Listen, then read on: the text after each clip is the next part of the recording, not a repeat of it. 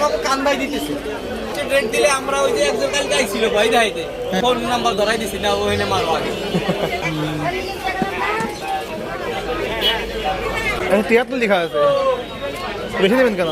80 লেখা ছিল, যেটা 96 কিছু নিয়ে লাগছে বুঝছেন। হ্যাঁ, এর সঙ্গে আমাদের অনেক কিছু নিয়ে লাগছে, তাও পাচ্ছি না। ঠিক মানে তেলের সঙ্গে আমার চাল ডাল মেলা কিছু নিয়ে লাগতেছে, তাও তেল পাচ্ছি না ভাই। আমি 3, 4, 5 আরো 50,000 টাকা তেলের অর্ডার দিছি, নাই শুধু পাইছি 1 লিটারের কটা তেল পাইছি। ওই যে রূপসরা দেখাইলাম আর এই তেলের সংকট, হ্যাঁ মানে তেলের সংকট শুরু হয়ে গেছে তো তাতেই। তাও এমন কিছু না, মানে আমাকে কান্দাই দিতেছে এক কথা, মানে নেবেন নাহলে তেল দেবো না, এক কথা। যে মাল নিছি ভাই ওই একটা নেবে না, নাজির শাল নিছি 5 কেজির প্যাকেট, কিনবে 520 টাকা দিয়ে, ওই 520 টাকা করে নেওয়া লাগছে। কারণ হলো কি ভাই, লুচের দাম বাড়ছে তো, এই জন্য কি করবে ওরা, অবল দোষ। আপনি লুচ তেল নেন 195 টাকা কেজি, 200 টাকা কেজি, তাই না? ওটা যদি আমি ভাঙিয়ে বেশি কত পয়সা দেন এবার? 90 করে আসবে।